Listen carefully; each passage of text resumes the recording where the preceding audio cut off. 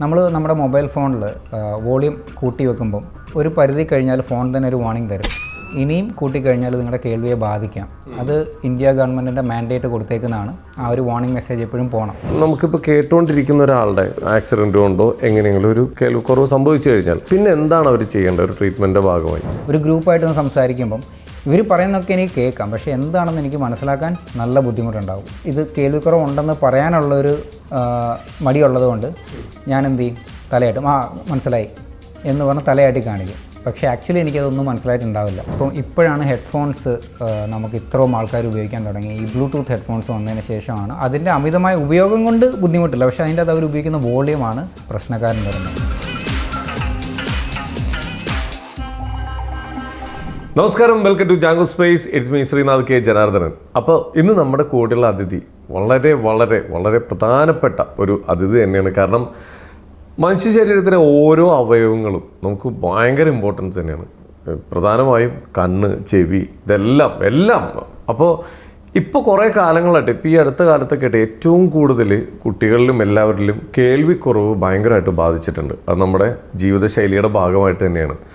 അപ്പോൾ അതിനെക്കുറിച്ച് കൂടുതലായിട്ട് സംസാരിക്കാൻ നമ്മളോടൊപ്പം ഉള്ളത് 14ഓളം ബ്രാഞ്ചുകളിൽ, അതുപോലെ കേരളത്തിലുടനീളം ഒരുപാട് പേർക്ക് എന്താ പറയുക, കേൾവിക്കുറവുമായിട്ടുള്ള ബന്ധപ്പെട്ട എല്ലാ ഇതും പരിഹരിച്ചു കൊടുത്തേക്കുന്ന ട്രാവൻകൂർ ഹിയറിംഗ് സൊല്യൂഷൻ 14ഓളം ബ്രാഞ്ചുകളാണ് കേരളത്തിൽ മൊത്തം ഉള്ളത്. അതിൻ്റെ അമരക്കാരൻ നമ്മുടെ സ്വന്തം വിവേക് സാറാണ്. നമസ്കാരം. നമസ്കാരം. നമ്മുടെ ഷോയിലേക്ക് സ്വാഗതം. Thank you. എന്തായാലും നമുക്ക് ഭയങ്കര സന്തോഷമാണ്. ഇങ്ങനെ ഇത് ആളുകൾക്ക് ഒരുപാട് ഉപകാരപ്രദമായിട്ടുള്ള ഇൻ്റർവ്യൂസൊക്കെ എടുക്കാൻ നമുക്ക് ഭയങ്കര ഇഷ്ടമാണ്. അപ്പോഴാണ് താങ്കളെ കിട്ടിയിട്ടുള്ളത്. അപ്പോൾ നമുക്ക് കുറച്ച് നേരം കൊണ്ട് ഒരുപാട് വിശേഷങ്ങൾ നമുക്ക് അങ്ങ് സംസാരിക്കാം, ഷെയർ ചെയ്യാം. ഇപ്പോൾ ആദ്യമായിട്ട് ഒന്ന് ചോദിക്കട്ടെ, ഈ ഒരു മേഖല തിരഞ്ഞെടുക്കാൻ കാരണം എന്തായിരുന്നു? ഞാൻ പഠിക്കുന്ന ടൈമിലല്ലേ ഞാൻ ഇതിനെക്കുറിച്ച് അറിയുന്നത് എൻ്റെ അമ്മയുടെ ഒരു ഫ്രണ്ട് വഴിയാണ്. അമ്മയുടെ കൂടെ ജോലി ചെയ്യുന്നത്, അമ്മ കോട്ടയം മെഡിക്കൽ കോളേജിലായിരുന്നു ജോലി ചെയ്യുന്നത്. അപ്പോൾ അമ്മയുടെ ഒരു കൊളീഗിൻ്റെ അനിയത്തി ഈ ഓഡിയോളജി ആൻഡ് സ്പീച്ച് ലാംഗ്വേജ് പത്തോളജിയാണ് പഠിച്ചിരുന്നത്. പുള്ളിക്കാരി US വർക്ക് ചെയ്തത്. അപ്പോൾ അന്നത്തെ എല്ലാ പേരൻസിനെയും പോലെ മക്കളെ പുറത്ത് വിടണം, അങ്ങനെയാണ് ഈ ഒരു കോഴ്സിനെ കുറിച്ച് അറിഞ്ഞത്. പിന്നെ എൻട്രൻസ് പ്ലസ് ടുവിൻ്റെ മാർക്ക് വെച്ചിട്ടാണ് നമുക്ക് ഡയറക്റ്റ് ഇതുള്ളതെന്ന്. അങ്ങനെ national institute of speech and hearing ട്രിവാൻഡ്രത്ത്, അന്ന് അത് ട്രിവാൻഡ്രത്ത് പൂജപ്പുര ആയിരുന്നു അതിൻ്റെ തുടക്കം. ആ ടൈമിലാണ്. ഇപ്പോൾ അത് അക്കുളം മാറി വലിയ ക്യാമ്പസായി, ഒരുപാട് നല്ല ഇൻഫ്രാസ്ട്രക്ചറായി, ഗവൺമെൻറ് ചെയ്യുന്ന ഒരുപാട് സപ്പോർട്ടുണ്ട്. അപ്പം അങ്ങനെ നല്ലൊരു ഇതായിട്ടും ഡെവലപ്പ് ചെയ്തു വന്നു. അപ്പോൾ നിഷിൻ്റെ തന്നെ വൺ ഓഫ് ദി ഫസ്റ്റ് ബാച്ചസിലെയാണ്. എക്സാക്ട്ലി പറയുകയാണെങ്കിൽ ഞാൻ നിഷിൻ്റെ 4ാമത്തെ ബാച്ചാണ് ബാച്ചിലേഴ്സ് ചെയ്യുന്നത്. അന്നും ഈ ഒരു ഫീൽഡ് അല്ലെങ്കിൽ ഒരു കോഴ്സിനെ കുറിച്ച് അങ്ങനെ ആർക്കും അറിയില്ല. ഇത് പറയുമ്പോൾ തന്നെ ഇത് ഭയങ്കര റെയർ ആയിട്ടുള്ള കോഴ്സാണല്ലോ, എന്തു പറ്റി ഇങ്ങനെ. അപ്പം അതിൽ നമ്മുടെ കൂടെ വരുന്നവർക്ക് തന്നെ ചോദിക്കുമ്പോഴത്തേനും ഓക്കെ ഇങ്ങനെ അറിഞ്ഞു അങ്ങനെ വന്നു എന്നുള്ളതാണ്. പക്ഷേ എനിക്ക് എക്സാക്ട്ലി ഇങ്ങനെയാണ് ഈ ഒരു കോഴ്സിനെ കുറിച്ച് അറിഞ്ഞതും. എന്തായാലും അന്വേഷിച്ച ഉടനെ തന്നെ അവിടെ അഡ്മിഷനും കിട്ടി. അങ്ങനെ നമ്മൾ ഈ ഒരു അങ്ങനെ ഓഡിയോളജിസ്റ്റായി. അന്നേരം ഓഡിയോളജിസ്റ്റ് മാത്രമല്ല, അന്നേരം ഓഡിയോളജിയും സ്പീച്ച് ലാംഗ്വേജ് പത്തോളജിയും ഉണ്ട്, ഈ സ്പീച്ച് തെറപ്പി കുട്ടികൾക്ക് കൊടുക്കണേ. അത് കഴിഞ്ഞ് എനിക്ക് കുറച്ചും കൂടി ഇൻട്രസ്റ്റ് ഓഡിയോളജി റിലേറ്റഡ് ആയിരുന്നു. അങ്ങനെ മാസ്റ്റേഴ്സിന് all India institute of speech and hearing Mysore, അവിടുത്തെ എൻട്രൻസ് എഴുതി, അവിടെ കിട്ടി. അവിടെ ഓഡിയോളജി ഞാൻ സ്പെഷ്യലൈസ് ചെയ്യാണ് ചെയ്തത് മാസ്റ്റേഴ്സിൽ. അങ്ങനെ ഇപ്പം പ്യുവർലി ഓഡിയോളജിസ്റ്റാണ്. സ്പീച്ച് തെറപ്പി അങ്ങനെ ഞാൻ ചെയ്യാറില്ല. ഇപ്പോൾ ഓഡിയോളജിസ്റ്റായിട്ടാണ് വർക്ക് ചെയ്യുന്നത്. ഓക്കെ, ആദ്യം തന്നെ ചോദിക്കാനുള്ള കുറച്ച് കാര്യങ്ങൾ. ഇപ്പോൾ ഈ ഒരു മേഖലയുമായി ബന്ധപ്പെട്ട് നിൽക്കുന്ന ഒരുപാട് ആളുകളെ കാണുന്നു. ശരിക്കും ഇപ്പോൾ പുതിയ ജനറേഷനിൽ കേൾവിക്കുറവ് ഇതൊരു ബാധിക്കുന്ന ഒരുപാട് കുട്ടികളിലേക്ക് ബാധിച്ചിട്ടില്ലേ? അതിൻ്റെ എസ്റ്റിമേറ്റ് എന്ന് പറയുന്നത് ഏകദേശം നമുക്കൊരു ഗ്ലോബൽ പോപ്പുലേഷനിൽ ഒരു 4% വരുന്നത് കേൾവിക്കുറവ്. ഓക്കെ, അതിൽ നല്ലൊരു ശതമാനം കുട്ടികളും ഉണ്ട്. നല്ലൊരു ശതമാനം എന്ന് ഞാൻ പറയുന്നത് എത്രമാത്രം ശരിയായിരിക്കും എന്നറിയില്ല, എന്നാലും കുട്ടികൾ ജന്മന ഇത് കണ്ടുവരുന്നുണ്ട്. ഇപ്പം അതിൻ്റെ അവയർനെസ് കൂടുതലാണ്. അത് നമുക്ക് ഏറ്റവും നേരത്തെ കണ്ടുപിടിക്കാനുള്ള ഓപ്ഷൻസ് നമുക്ക് കൂടുതലാണ്. ഇപ്പോൾ എടുത്തു പറയുകയാണെങ്കിൽ ഒരു കുട്ടി ജനിച്ചു കഴിഞ്ഞാൽ വിത്തിൻ 2 to 3 days ഹോസ്പിറ്റലിൽ നിന്ന് ആദ്യമായിട്ട് പോകുന്നതിന് മുന്നേ തന്നെ നമുക്ക് ഹിയറിംഗ് സ്ക്രീനിങ് ഉണ്ട്.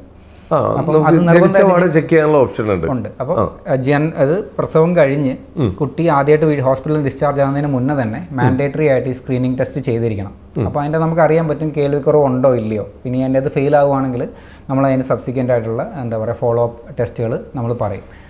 പണ്ടൊക്കെ അങ്ങനെ ഇപ്പം കേൾവിക്കുറവ് ഉണ്ടെങ്കിൽ നമുക്ക് ഇത് എവിടെ പോകണം, എന്ത് ചെയ്യണം, അല്ലെങ്കിൽ ഏത് ഡോക്ടറിനെ കാണിക്കണം, അങ്ങനെ ഒരു അവയർനെസ് കുറവായിരുന്നു. ഇപ്പം കമ്പാരിറ്റീവ്ലി അവയർനെസ് നല്ല കൂടുതലാണ്. തെറപ്പിയും അതുപോലെ കുറേ കൂടെ ക്വാളിറ്റി ആയിട്ട് വരുന്നുണ്ട്. അപ്പം കുറച്ചും കൂടി കുട്ടികളെ നേരത്തെ കണ്ടുപിടിച്ച് നേരത്തെ തന്നെ നമുക്ക് ഒരു മെയിൻ സ്ട്രീമിലേക്ക് ആക്കാൻ പറ്റുന്നുണ്ട്.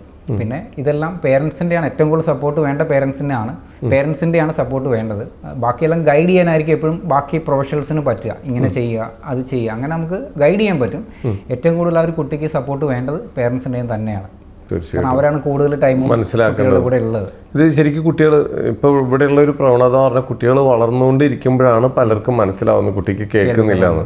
ശരിക്കും ഇതിന്റെ ചികിത്സ ആദ്യമേ തുടങ്ങുന്നതാണോ നല്ലത്, അല്ലെങ്കിൽ അതിലെന്തെങ്കിലും പ്രശ്നങ്ങളുണ്ടോ? നമുക്ക് രണ്ട് രീതിയിൽ വരാം. അതായത് ഒരു കുട്ടി ജനിച്ച ഉടനെ തന്നെ ഒട്ടും കേൾവിയില്ലാതെ വരാം. ഇനി അതല്ല, ചില കുട്ടികൾക്ക് നോർമൽ സ്പീച്ച് ഡെവലപ്മെൻറ്റ്, നോർമൽ ഡെവലപ്മെൻറ്റിൻ്റെ ഭാഗമായിട്ട് സംസാരം എല്ലാം ഡെവലപ്പായി വരും. പക്ഷേ എന്നാലും ചില സമയത്ത് ഇവർ ശ്രദ്ധിക്കുന്നില്ല, അല്ലെങ്കിൽ ക്ലാസ്സിൽ അങ്ങനെ ഒരുപാട് ശ്രദ്ധിക്കുന്നില്ല. അങ്ങനെ ടീച്ചേഴ്സ് പറയാം. വീട്ടിൽ പേരൻസിനാണെങ്കിലും നോക്കുമ്പോൾ ഓക്കെ എന്തോ ചെറിയൊരു മൈൽ സ്റ്റോണിന് ഡിലേ ഉണ്ടെന്ന് ചില പേരൻസിന് തോന്നാം. അപ്പം ഇങ്ങനെ വരുന്ന കുട്ടികൾക്ക് പ്യോർലി ഒരു 90% ഒട്ടും കേൾക്കാതില്ല, അവർ കുറേയൊക്കെ കേൾക്കാം, എന്നാലും കുറച്ചൊരു കേൾവിക്കുറവുണ്ട്, അങ്ങനെയും വരാം. അപ്പം ഏത് രീതിയിലാണെങ്കിലും ഏറ്റവും നേരത്തെ ഐഡൻറ്റിഫൈ ചെയ്യുക, അതിനുള്ള സൊല്യൂഷൻസ് കൊടുക്കുക എന്നുള്ളത് തന്നെയാണ് നമുക്ക് പ്രൈമറിലി ചെയ്യാനുള്ളത്. പിന്നെ അത് ഒരു 1 സ്റ്റെപ്പ് സൊല്യൂഷൻ അല്ല. ഇപ്പം ഒരു കേൾവിക്കുറവുള്ള ഒരാൾക്ക്, പ്രത്യേകിച്ച് കുട്ടികൾ, നമ്മൾ ഹിയറിംഗ് ടെസ്റ്റ് ചെയ്തു, കേൾവിക്കുറവുണ്ട് കണ്ടുപിടിച്ചു, ഹിയറിംഗ് എയ്ഡ് വെച്ച് കഴിഞ്ഞാൽ അതവിടെ തീരില്ല. അതിൻ്റെ കൂടെ ഹിയറിംഗ് എയ്ഡ് വെക്കുന്നത് ഒരു പകുതിയായിട്ടുള്ളൂ. അത് കഴിഞ്ഞാൽ ആ കുട്ടിക്ക് റെഗുലർ ആയിട്ടുള്ള നമ്മൾ സ്പീച്ച് തെറപ്പി കൊടുക്കുക തന്നെ വേണം, റെഗുലർ ആയിട്ട് തന്നെ വേണം. ഇപ്പോൾ ഏറ്റവും കൂടുതൽ കൊടുക്കാൻ പറ്റി കഴിഞ്ഞാൽ ആ കുട്ടി ഏറ്റവും വേഗം ആ മൈൽ സ്റ്റോൺസ് ക്ലിയറായി ഒരു നോർമൽ എന്താ പറയുക കുട്ടികളുടെ ആ ഒരു ലെവലിലോട്ട് കയറി വരും. ഇപ്പോൾ പഠിക്കാനാണെങ്കിലും മുന്നേയൊക്കെ നമുക്ക് സ്പെഷ്യൽ സ്കൂൾസ് ഉണ്ട്. ഇപ്പം എന്ന് പറഞ്ഞു കഴിഞ്ഞാൽ കേൾവിക്കുറവുള്ള കുട്ടികളെ തന്നെ നമുക്ക് തെറപ്പി കൊടുത്ത്, അതുപോലെ റെഗുലറായിട്ട് തെറപ്പി കൊടുത്ത് കൊണ്ടുവന്ന കുട്ടികളെ നമുക്ക് ഏറ്റവും വേഗം തന്നെ നോർമൽ സ്കൂളിൽ ചേർക്കാൻ പറ്റും. അപ്പം ആ ഒരു ലെവലോട്ട് വരെ നമുക്ക് എത്തിയിട്ടുണ്ട്. ഓക്കെ. ഇപ്പോൾ ഈ കേൾവിക്കുറവ് എന്ന് പറയുന്ന സംഭവം ഇപ്പോൾ ജന്മനായുള്ള തീരെ കേൾക്കാൻ പറ്റാത്തൊരവസ്ഥയെന്ന് അത് നമുക്ക് മാറ്റിയെടുക്കാൻ പറ്റുന്നുണ്ടോ? മാറ്റിയെടുക്കാൻ പറ്റില്ല, പക്ഷെ നമുക്കൊരു സപ്പോർട്ട് ചെയ്യാം. ഫോർ എക്സാമ്പിൾ ഇപ്പോൾ പറഞ്ഞ പോലെ നമുക്കൊരു ജന്മന ഒട്ടും കേൾവിയില്ലാത്ത ഒരു കുട്ടിയാണ്. അതിന് നമുക്ക് വേറൊന്നും ചെയ്യാൻ പറ്റില്ല. അത് ആ ചെവിയുടെ എന്തെങ്കിലും ഡിഫോമിറ്റി ആയിരിക്കാം, അല്ല ചെവിയുടെ എന്തെങ്കിലും പ്രശ്നങ്ങൾ കൊണ്ടാകാം, ചിലർക്ക് ഓഡിറ്ററി നെർവ് ഉണ്ടാവില്ല. അപ്പം സ്കാൻ ചെയ്യുമ്പോഴത്തേനും നമുക്ക് കറക്റ്റായിട്ട് അറിയാൻ പറ്റും എവിടെയാണ് പ്രശ്നം എന്നുള്ളത്. ആ പ്രശ്നം കണ്ടുപിടിച്ച് കഴിഞ്ഞാൽ നമുക്ക് അതിനുള്ള സൊല്യൂഷൻസ് ആണ്. അതിലൊരു സൊല്യൂഷനാണ് ഹിയറിംഗ് എയ്ഡ്സ്. അടുത്തത് ചിലർ കോക്ലിയർ ഇംപ്ലാന്റ് ചെയ്യും. ഇത് രണ്ടും കഴിഞ്ഞാലും തീർന്നില്ല. ഈ പറഞ്ഞ പോലെ മെയിൻ സ്ട്രീമിലോട്ട് വരണമെങ്കിൽ നമ്മൾ അതുപോലെ അവരെ ട്രെയിൻ ചെയ്യിപ്പിക്കണം. അപ്പോൾ therapy, speech therapy, occupational therapy ഉണ്ട്. അപ്പോൾ അതിൻ്റെ പാർട്ടായിട്ട് നമ്മൾ ബാക്കി അലൈഡ് ആയിട്ടുള്ള ഫീൽഡുകൾ നമ്മൾ ആ തെറപ്പി റെഗുലറായിട്ട് ചെയ്യുക. അപ്പോൾ ഏറ്റവും വേഗം അവർ ആ ഒരു നോർമൽ ലാംഗ്വേജ് സ്പീച്ച് ഡെവലപ്പ് ചെയ്ത് വരും. ഓക്കെ. അപ്പം ഇങ്ങനെയാണ് ആ കണ്ടുപിടിക്കുന്ന ടൈമാണ് ഏറ്റവും ഇമ്പോർട്ടൻറ്റ്. എത്രയും സ്റ്റാർട്ടിങ്ങിൽ നിന്ന് നമ്മൾ കണ്ടുപിടിക്കാൻ പറ്റും അത്രയും നല്ലതാണ്. ഓക്കെ. ഇത് വൈകും തോടും നമുക്ക് കാരണം നമ്മുടെ ഇപ്പം അതിന് എക്സാമ്പിൾ പറയുകയാണെങ്കിൽ ഇപ്പം ഞാൻ പുറത്തൊരു രാജ്യത്ത് പോയി, ഫോർ എക്സാമ്പിൾ ജർമ്മനി. ഞാൻ അവിടെ ചെന്ന് കഴിഞ്ഞാൽ എനിക്ക് ജർമ്മൻ പഠിക്കാൻ പറ്റും, പക്ഷേ ഒരുപാട് സമയമെടുക്കും. അതുപോലെ ജർമ്മൻസ് ഈ അവരുടെ ഭാഷ സംസാരിക്കുന്ന പോലെ നമുക്ക് സംസാരിക്കാൻ പറ്റില്ല. അതേസമയം ഒരു കുട്ടിയാണെങ്കിൽ, അതിപ്പോൾ കേരളത്തിൽ ജനിച്ച കുട്ടിയായിക്കോട്ടെ, 1 വയസ്സ് വരെ ഇവിടെ നിന്നു, പക്ഷെ അത് കഴിഞ്ഞ് ജർമ്മനിക്ക് പോയി കഴിഞ്ഞാൽ ആ കൊച്ച് ജർമ്മൻ പഠിക്കുന്നത് അവർ സംസാരിക്കുന്ന പോലെ അതേ ഫ്ലുവൻസിയിൽ സംസാരിക്കാൻ പറ്റും. ഞാൻ പറഞ്ഞു വന്നെന്ന് പറഞ്ഞു കഴിഞ്ഞാൽ കുഞ്ഞിലെ നമ്മുടെ ബ്രെയിൻ നമുക്ക് കുറേ കൂടി മാലിയബിൾ ആണ്. അപ്പോൾ നമുക്ക് അതിനെ എങ്ങനെ വേണമെങ്കിലും മോൾഡ് ചെയ്തെടുക്കാൻ പറ്റും. അത് ഏറ്റവും മനസ്സിലാക്കാനുള്ളത് ഈ ഭാഷ പഠിക്കുന്നത് തന്നെയാണ്. അപ്പോൾ ആ ടൈമിൽ നമ്മൾ ഏറ്റവും കൂടുതൽ സ്റ്റിമുലേഷൻ കൊടുത്തു കഴിഞ്ഞാൽ അവർക്ക് ആ ഒരു ലാംഗ്വേജ് അതുപോലെ ഡെവലപ്പായി വരും. അത് കേൾവിക്കുറവുണ്ടെങ്കിലും ഇല്ലാത്ത കുട്ടികൾക്കാണെങ്കിലും. ഇപ്പോൾ ഈ നമ്മൾ ഈ ഹെഡ്സെറ്റിൽ പാട്ട് കേൾക്കുന്നത്, അനാവശ്യമായിട്ട് ബഡ്സ് ചുവട്ടിലിടുന്നത്, ഇതൊക്കെ ഇതിനെ ബാധിക്കുന്നില്ലേ? ഡെഫിനറ്റ്ലി ബാധിക്കാം. ഇനിയിപ്പോൾ മുന്നോട്ട് ഇപ്പോഴാണ് ഹെഡ്ഫോൺസ് നമുക്ക് ഇത്രയും ആൾക്കാർ ഉപയോഗിക്കാൻ തുടങ്ങി. ഈ ബ്ലൂടൂത്ത് ഹെഡ്ഫോൺസ് വന്നതിന് ശേഷമാണ് എനിക്ക് തോന്നുന്നത് ഏകദേശം നല്ലൊരു ശതമാനം ആൾക്കാർ ഹെഡ്ഫോൺസ് യൂസ് ചെയ്യുന്നത്. ഇപ്പോൾ എല്ലാവരുടെയും കയ്യിലായി. അതെ. അപ്പം നമ്മൾ ചിലപ്പോൾ നോക്കിക്കഴിഞ്ഞാൽ വഴിയിൽ ആൾക്കാർ തന്നെത്താൻ സംസാരിച്ച് നടന്നു പോകുന്നതാണ്. ഹെഡ്ഫോൺസ് ചെവിയിലുണ്ട്, പക്ഷെ നമ്മൾ ഒരുപാട് ശ്രദ്ധിച്ച് നോക്കിയാലേ കാണാൻ പറ്റുള്ളൂ, അത്രയ്ക്ക് ചെറുതാണ്. ഓക്കെ. അപ്പം അതിൻ്റെ അമിതമായ ഉപയോഗം കൊണ്ട് ബുദ്ധിമുട്ടില്ല, പക്ഷേ അതിൻ്റെ അത് അവർ ഉപയോഗിക്കുന്ന വോളിയമാണ് പ്രശ്നക്കാരൻ വരുന്നത്. നമ്മുടെ മൊബൈൽ ഫോണിൽ വോളിയം കൂട്ടി വെക്കുമ്പോൾ ഒരു പരിധി കഴിഞ്ഞാൽ ഫോൺ തന്നെ ഒരു വാർണിംഗ് തരും, ഇനിയും കൂട്ടിക്കഴിഞ്ഞാൽ നിങ്ങളുടെ കേൾവിയെ ബാധിക്കാം. അത് ഇന്ത്യ ഗവൺമെൻറ്റിൻ്റെ മാൻഡേറ്റ് കൊടുത്തേക്കുന്നതാണ്.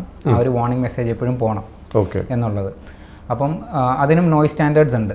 നമ്മൾ ചെവിയുടെ അടുത്ത് വെച്ച് കേൾക്കുന്നതുകൊണ്ട് തന്നെ അത് നമ്മുടെ ചെവിയെ പെട്ടെന്ന് ബാധിക്കുകയും ചെയ്യാം. കണ്ടിന്യൂസ് ആയിട്ടാണ് കേൾക്കുന്നത്. നമ്മളൊരു ലെഷറായിട്ടാണ് അത് ചെയ്യുന്നതെങ്കിലും ലോങ് ടൈമിൽ അത് കേൾവിയെ ബാധിക്കാൻ ചാൻസസ് കൂടുതലാണ്, അമിതമായ വോളിയം. അതുപോലെ തന്നെ വേറൊരു കാര്യമാണ് സാറ് പറഞ്ഞ പോലെ ഈ ഹെഡ്ഫോൺസ് ബഡ്സ്, ഇയർബഡ്സ് നമ്മൾ യൂസ് ചെയ്യുന്നത്. ഇയർബഡ്സ് നോർമലി ചെവി ക്ലീൻ ചെയ്യാൻ വേണ്ടിയിട്ടാണ് നമ്മൾ ഉപയോഗിക്കുന്നത്. നോർമൽ ചെവിയുടെ മെക്കാനിസം എന്ന് പറഞ്ഞു കഴിഞ്ഞാൽ ഇത് നമ്മുടെ ചെവിയുടെ ഒരു അനാറ്റമിയാണ്. അപ്പോൾ നമ്മൾ ഇത് ചെവി, നമ്മൾ ഇയർബഡ്സ് ഇവിടെയാണ് ഇടുന്നത്. അപ്പോൾ ഇവിടെ ഈ വാക്സ് ഫോർമേഷൻ ഉണ്ടാവും ഈ സ്കിന്നിൽ, അത് നോർമലി ഉണ്ടാവുന്നത് തന്നെയാണ്. അത് നമ്മൾ റിമൂവ് ചെയ്യാൻ വേണ്ടിയിട്ടാണ് ഇയർബഡ്സ് ഇടുന്നത്, റൈറ്റ്? അപ്പം ഇവിടെ ഇതിനകത്ത് ഇവിടെ ഒരു കർണപടമുണ്ട്, ഈ കാണുന്ന ഒരു ഭാഗം. അപ്പോൾ ഇയർബഡ്സ് നമ്മൾ ഒരുപാട് ഉള്ളിലേക്ക് ഇടുവാണ്. ഇവിടെ നിന്ന് ഞാൻ ഇട്ട് ഒരുപാട് ഉള്ളിൽ ചെന്ന് ഇതിൽ തട്ടുകയാണെങ്കിൽ ഇത് പൊട്ടാൻ ചാൻസസ് ഉണ്ട്. അത് പൊട്ടിക്കഴിഞ്ഞാലും കേൾവി കുറവ് വരാം. അപ്പം ഇയർബഡ്സ് ഐഡിയലി പറഞ്ഞു കഴിഞ്ഞാൽ ഇയർബഡ്സ് നമുക്ക് യൂസ് ചെയ്യാം ഈ എൻട്രൻസ്, ഇയർ കനാലിൻ്റെ എൻട്രൻസും ഇവിടെ ഈ പിന്നയുടെ ഭാഗങ്ങളും ക്ലീൻ ചെയ്യാൻ വേണ്ടിയിട്ട് യൂസ് ചെയ്യാം. നമുക്ക് ഇടുമ്പോൾ നല്ല സുഖമായിരിക്കും. നമ്മൾ ചിലപ്പോൾ ആ ഒരു ഇതിൽ നമ്മൾ ഉള്ളിലേക്ക് ഒരുപാട് ഇട്ട് കഴിഞ്ഞാൽ ചിലപ്പോൾ നമ്മൾ നോക്കുമ്പോൾ അതിൽ ബ്ലഡ് കാണാൻ പറ്റും. അത് ഈ കർണപടത്തിൽ തട്ടിയിട്ടുണ്ടാവും. ഇതൊരു തിൻ സ്കിൻ കൊണ്ട് ഉണ്ടാക്കിയിരിക്കുന്ന ഒരു മെംബ്രെയിനാണ്.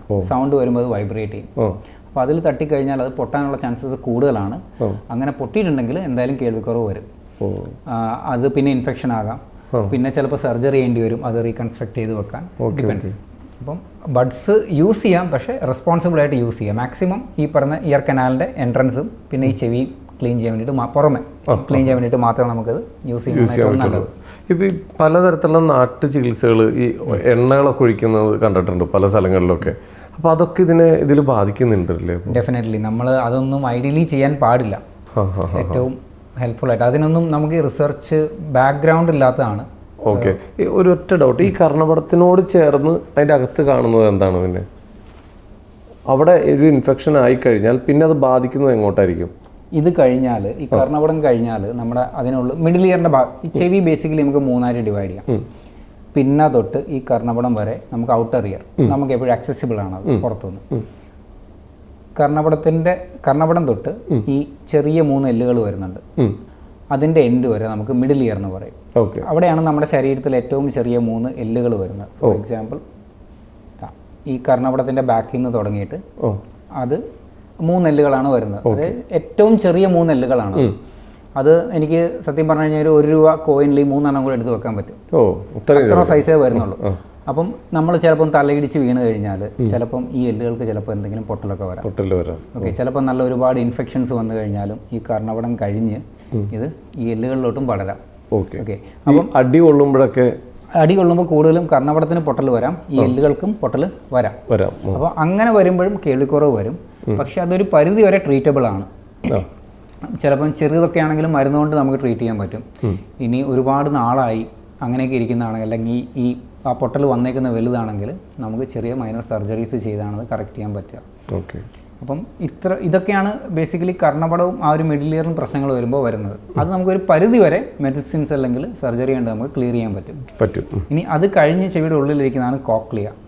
അത് ഇന്നർ ഇയർ എന്ന് പറയും. അപ്പം അതിന് ബേസിക്കലി 2 ഭാഗമാണ് വരുന്നത്. ഒന്ന് ഈ നമ്മുടെ ഒരു ഒച്ചിൻ്റെ ഷെല്ലിൻ്റെ ഷേപ്പിലിരിക്കുന്ന കോക്ലിയ എന്ന് പറയും, കോക്ലിയർ ഇംപ്ലാന്റ് കേട്ടിട്ടില്ലേ. പിന്നെ 3 സെമി സർക്കുലർ കനാൽസ് ആണ് വരുന്നത്. അപ്പം ഈ സെമി സർക്കുലർ കനാൽസ് ആണ് ചെവിയുടെ നമ്മുടെ മനുഷ്യ ശരീരത്തിൻ്റെ ബാലൻസിനെ മെയിൻറ്റെയിൻ ചെയ്യുന്നത്. ഈ 3 എണ്ണമാണ് നമ്മുടെ ബാലൻസ് പോകുന്നതൊക്കെ പറയുന്നത്. ഇയർ ബാലൻസ് തന്നെയാണ് നമ്മൾ പറയുന്നത്. അപ്പോൾ ഇതിനകത്തൊരു ഫ്ലൂയിഡ് ഫിൽഡ് മീഡിയാണ്. അപ്പോൾ ആ ഫ്ലൂയിഡിന് എന്തെങ്കിലും ഇംബാലൻസ് വരുമ്പോഴായിരിക്കാം ഡിഫറെൻറ്റ് റീസൺസ് ഉണ്ടാവും നമുക്ക് തലയിറക്കം വരുന്നത്, അങ്ങനെ വരുന്നത്. ഇത് കേൾവിയെ, കോക്ലിയാണ് കേൾവിയെ എന്താ പറയുക കൺട്രോൾ ചെയ്യുന്നത്. അപ്പം ഈ ജന്മന അല്ലെ കുട്ടികൾ ജനിക്കുമ്പോൾ തന്നെ ഉണ്ടാകുന്ന കേൾവിക്കുറവുള്ളവർക്ക് ചിലപ്പം ഈ പറയുന്ന കോക്ലിയയിലായിരിക്കും പ്രശ്നങ്ങൾ ഉണ്ടാവുക, അല്ലെങ്കിൽ ഓഡിറ്ററി നെർവിലായിരിക്കും, അല്ലെങ്കിൽ പോകുന്ന ബ്രെയിൻ വരെയുള്ള ഏതെങ്കിലും ഒരു പാത്വേയിൽ എവിടെയെങ്കിലും ആയിരിക്കും അവർക്കൊരു പ്രശ്നം വരിക. എവിടെ വേണമെങ്കിലും ആകാം. അപ്പം അതൊരു സ്കാൻ ചെയ്താലാണ് പ്രോപ്പർലി നമുക്ക് അറിയാൻ പറ്റുള്ളൂ. ശരി. ഒരു ഡൗട്ട് ചോദിക്കട്ടെ, ഈ ഇയർ ബാലൻസ് പോകാന്നൊക്കെ പറയില്ലേ, ഈ ഉറക്കക്കുറവൊക്കെ ഇതിനെ ബാധിക്കുന്നുണ്ടോ? ഉറക്കക്കുറവ് കൊണ്ട് നമുക്കൊരു ജനറൽ ക്ഷീണം ഉണ്ടാവും, വീക്ക്നെസ് ഉണ്ടാവും എന്നുള്ളതല്ലാതെ അത് ചെവിയെ അങ്ങനെ അല്ല കേൾവിയെ ആസ് സച്ച് അങ്ങനെ ബാധിക്കുന്നില്ല. ഓക്കെ. അപ്പോൾ ഇത്രയാണ് ഏറ്റവും ഇമ്പോർട്ടൻ്റ് ആയിട്ടുള്ള സംഭവങ്ങൾ. ഈ അടിയൊക്കെ കൊള്ളുമ്പോൾ പ്രശ്നം വരുന്നതൊക്കെ അവിടെയാണ്, എല്ലുകൾക്കാണ്. ഓക്കെ. അപ്പോൾ ഇങ്ങനത്തെ ഒരുപാട് ആളുകൾ നമ്മുടെ അടുത്ത് വരുന്നുണ്ടാവുമല്ലോ. അപ്പോൾ എങ്ങനെയാണ് അവർ ശ്രദ്ധിക്കേണ്ട കാര്യങ്ങൾ, എങ്ങനെയാണ് ഇത് മാറ്റിയെടുക്കാൻ വേണ്ടി? ഇപ്പോൾ ബേസിക്കലി ഒരാൾ നമുക്കിപ്പോൾ കേട്ടുകൊണ്ടിരിക്കുന്ന ഒരാളുടെ ഒരു എന്തെങ്കിലും ഒരു ആക്സിഡന്റ് കൊണ്ടോ എങ്ങനെയെങ്കിലും ഒരു കേൾവിക്കുറവ് സംഭവിച്ചു കഴിഞ്ഞാൽ പിന്നെ എന്താണ് അവർ ചെയ്യേണ്ടത് ഒരു ട്രീറ്റ്മെന്റിന്റെ ഭാഗമായി? അപ്പോൾ നമ്മൾ ഏറ്റവും ആദ്യം ചെയ്യേണ്ടതെന്ന് പറഞ്ഞു കഴിഞ്ഞാൽ നമുക്ക് ടെസ്റ്റ് ചെയ്ത് എന്താണ് പ്രശ്നം അല്ലെങ്കിൽ എവിടെയാണ് പ്രശ്നം എന്നുള്ളതാണ് നമ്മൾ ആദ്യം കണ്ടുപിടിക്കേണ്ടത്. അപ്പോൾ പ്രശ്നം ലൊക്കേറ്റ് ചെയ്ത് കഴിഞ്ഞാൽ അതിന് സൊല്യൂഷൻസ് നമുക്ക് കൊടുക്കാൻ പറ്റും. ഓക്കെ. അപ്പോൾ ചിലവർക്ക് കേൾവിക്കുറവായിരിക്കും പ്രശ്നം വരുന്നത്, പൊതുവെ പ്രായമായവരിലാണ് വരിക. ഇനി ചിലവർക്ക് ഇപ്പോൾ പറഞ്ഞ പോലെ നമുക്കൊരു ആക്സിഡൻ്റ് ആയിരുന്നു, തലയിടിച്ച് വീണ് കഴിഞ്ഞാൽ ആദ്യം അവർ സ്കാൻ ചെയ്യും. സ്കാൻ ചെയ്യുമ്പോഴത്തേനും അവർ പറയും ലീഷൻ ഇവിടെയാണ്, ഇന്ന സ്ഥലത്താണ്, ഇന്നതൊക്കെയാണ് പ്രശ്നം എന്ന് പറയും. അപ്പോൾ അത് കേൾവിയെ സംബന്ധിക്കുന്നതാണെങ്കിൽ ഓഡിയോളജിന് എടുത്തോട്ട് വരും, അല്ല കേൾവിക്കുറവിനെ സംബന്ധിക്കുന്നതാണെങ്കിൽ ഓഡിയോളജിന് എടുത്ത് വരും. നമ്മളതിന് വേണ്ട ഇപ്പം ഹിയറിംഗ് എയ്ഡ് വെക്കേണ്ട കേസസ് ആണെങ്കിൽ അത്, ഇനി അതല്ല ഹിയറിംഗ് എയ്ഡ് വെക്കാൻ പറ്റില്ല, മരുന്ന് കൊണ്ട് തീർക്കേണ്ടതാണെങ്കിൽ അത് നമ്മൾ തിരിച്ച് ENT ഡോക്ടറെ എടുത്തോട്ട് നമ്മൾ അത് റെഫർ ചെയ്യുന്നതാണ് ചെയ്യുന്നത്. അപ്പം ഇങ്ങനെയും വരാം, ഡിപ്പെൻസ് ലീഷൻ അല്ലെങ്കിൽ പ്രശ്നം എവിടെയാണോ അതിനെ ബേസ് ചെയ്താണ് നമ്മൾ എന്താണ് ചെയ്യേണ്ടതെന്നുള്ളത് തീരുമാനിക്കേണ്ടത്. ഓക്കെ. ഇപ്പോൾ നമുക്കിപ്പോൾ പേഷ്യൻസ് ഇതിലേക്ക് പുറത്ത് പറയാൻ മടിയുള്ള ഒരുപാട് ആൾക്കാർ ഇപ്പോഴും ഉണ്ട്.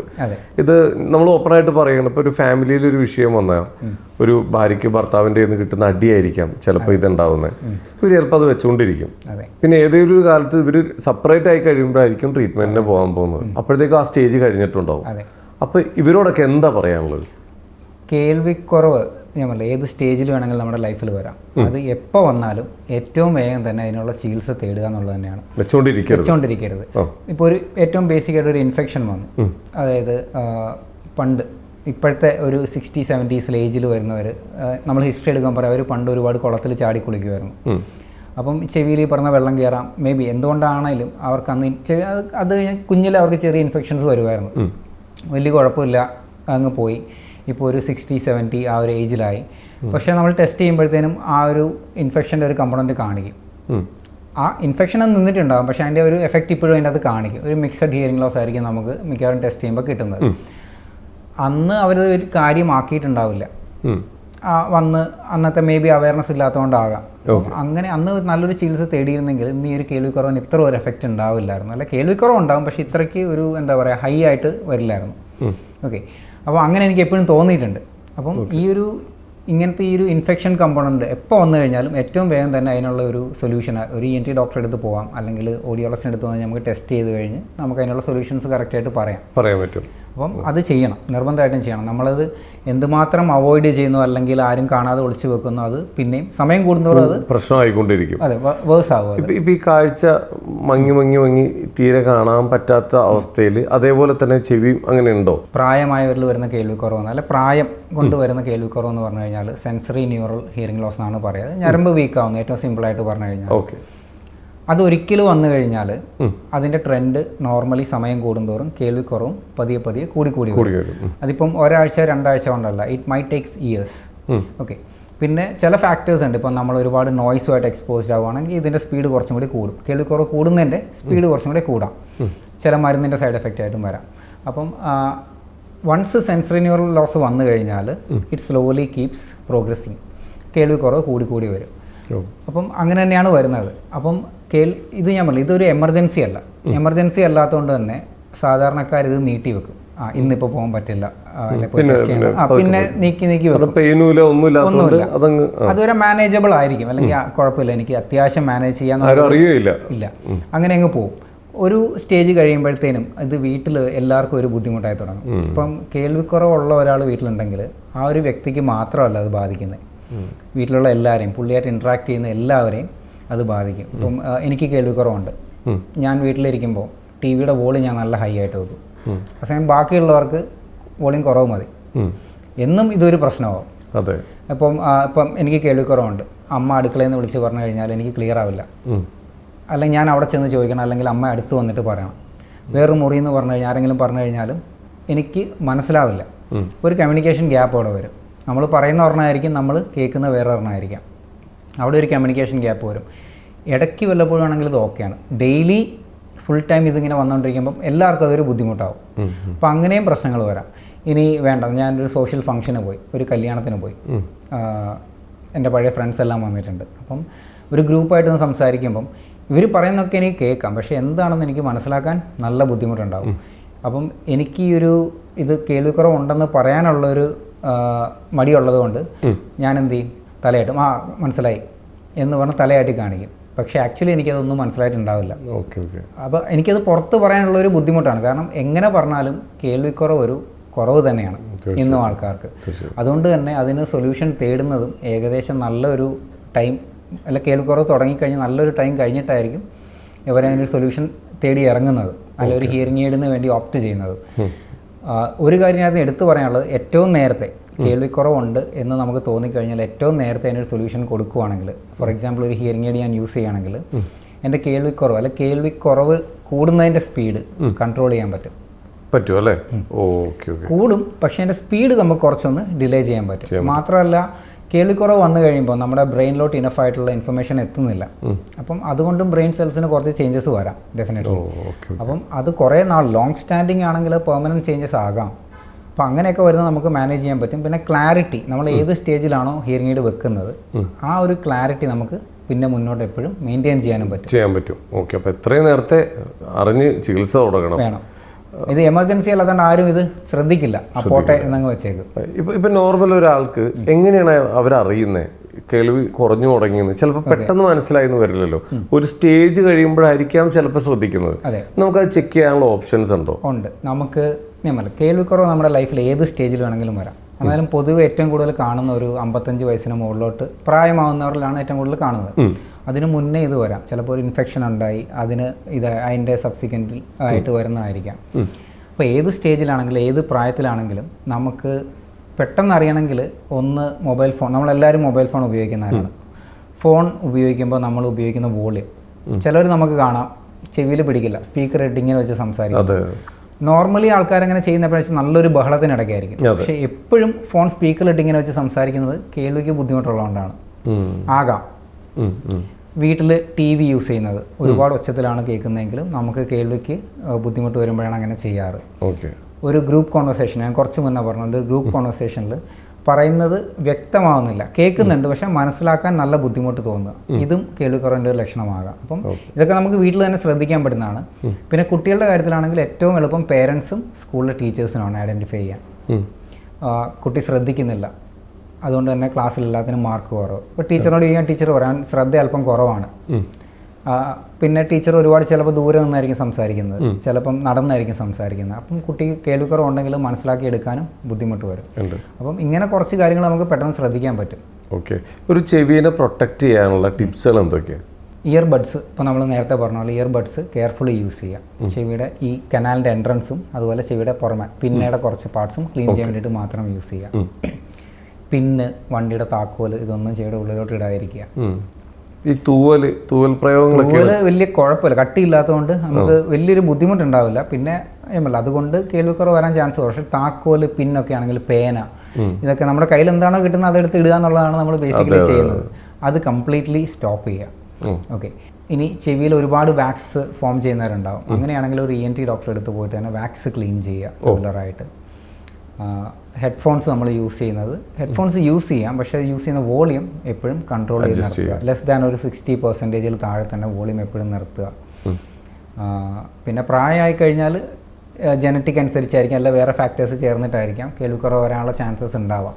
അപ്പം അങ്ങനെ വരുമ്പോൾ നമ്മളെപ്പോഴും അവെയർ ആയിട്ടിരിക്കുക, ശ്രദ്ധിക്കുക. അങ്ങനെ നമുക്ക് തോന്നിയിട്ടുണ്ടെങ്കിൽ കേൾവിക്കുറവുണ്ട് എന്ന് നമുക്ക് തന്നെ തോന്നിയിട്ടുണ്ടെങ്കിൽ നല്ലൊരു ഹെൽപ്പ് എപ്പോഴും അല്ലെങ്കിൽ സപ്പോർട്ട് എപ്പോഴും എടുക്കുക. അതിനൊരു മടിയും വിചാരിക്കരുത്. ഓക്കെ.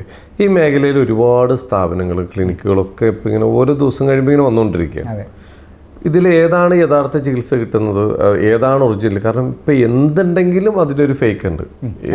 ഏത് മേഖലയാണെങ്കിലും നമുക്ക് ഒന്നും മാറ്റി നിർത്താൻ പറ്റില്ല, എന്തുണ്ടെങ്കിലും അതിനൊരു ഫേക്ക് ഉണ്ട്. അപ്പം ഇത്ര അധികം ഓരോ ദിവസവും ഓരോ സ്ഥാപനങ്ങൾ ഇങ്ങനെ വന്നുകൊണ്ടിരിക്കുക. ഭയങ്കര ഒരു കോമ്പറ്റീഷനുള്ള മേഖലയാണ്. 14 ബ്രാഞ്ചുകളോട് കൂടിയിട്ട് നമ്മളിപ്പോൾ മുമ്പോട്ട് പോയിക്കൊണ്ടിരിക്കുക. ആ 14 ബ്രാഞ്ചിൽ നമ്മൾ മുമ്പോട്ട് പോകണമെങ്കിൽ ആൾക്കാരുടെ അത്രയും വിശ്വസ്തത നമ്മൾ നേടിയെടുത്തിട്ടുണ്ടെന്നുള്ളതാണ്.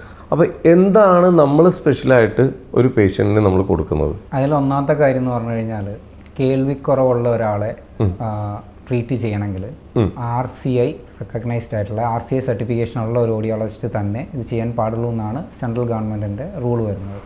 അതായത് minimum bachelor in audiology and speech language pathology കഴിഞ്ഞ ഒരാളാണ് ഇവരെ ചികിത്സിക്കേണ്ടത്.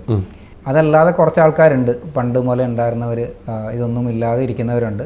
അവരെ actually they are not suppose to do these things.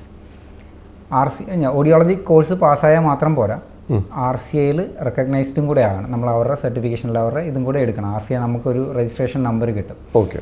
അങ്ങനെയുള്ളവർക്കാണ് actively practice ചെയ്യാനുള്ള ലൈസൻസ് ഉള്ളത്. നമുക്ക് ഇൻഡിപെൻഡൻ്റ് ആയിട്ട് പ്രാക്ടീസ് ചെയ്യാം, അല്ലെങ്കിൽ ഒരു മൾട്ടി ഡിസിപ്ലിനറി ടീമിൻ്റെ കൂടെ വർക്ക് ചെയ്യാം, എങ്ങനെ വേണമെങ്കിലും നമുക്ക് ചെയ്യാം. ഓക്കെ.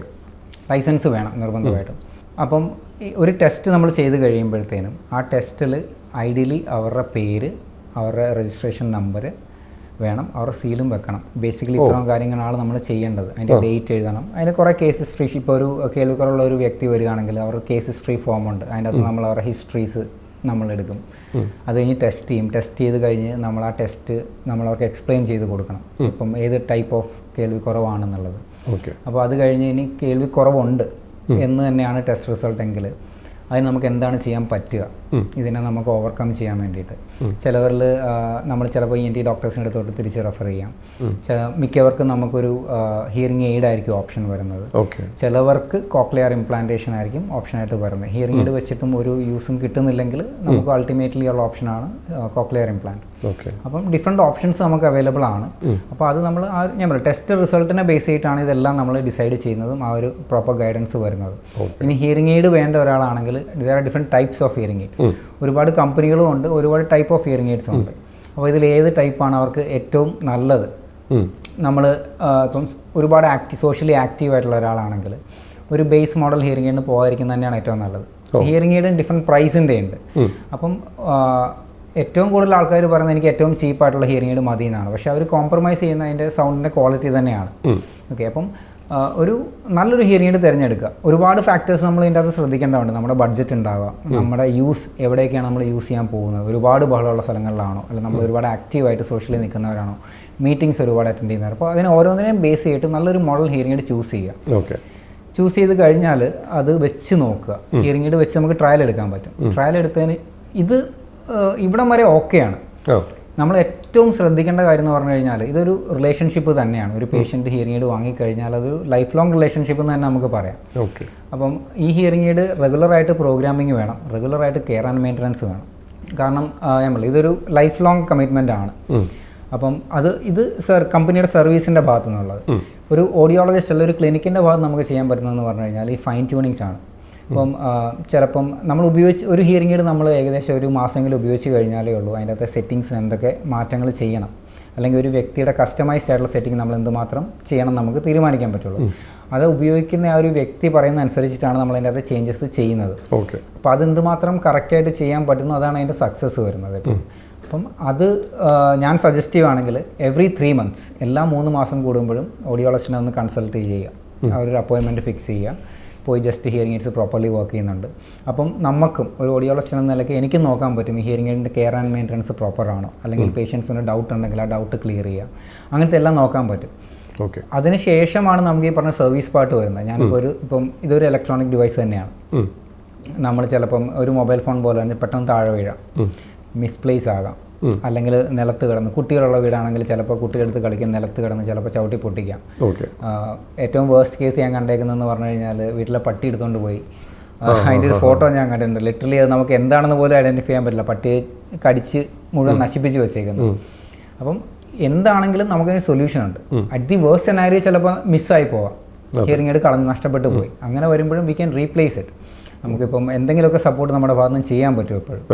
പക്ഷേ ഒരിക്കൽ യൂസ് ചെയ്ത് തുടങ്ങിക്കഴിഞ്ഞാൽ കണ്ടിന്യൂസ് ആയിട്ട് യൂസ് ചെയ്യുക.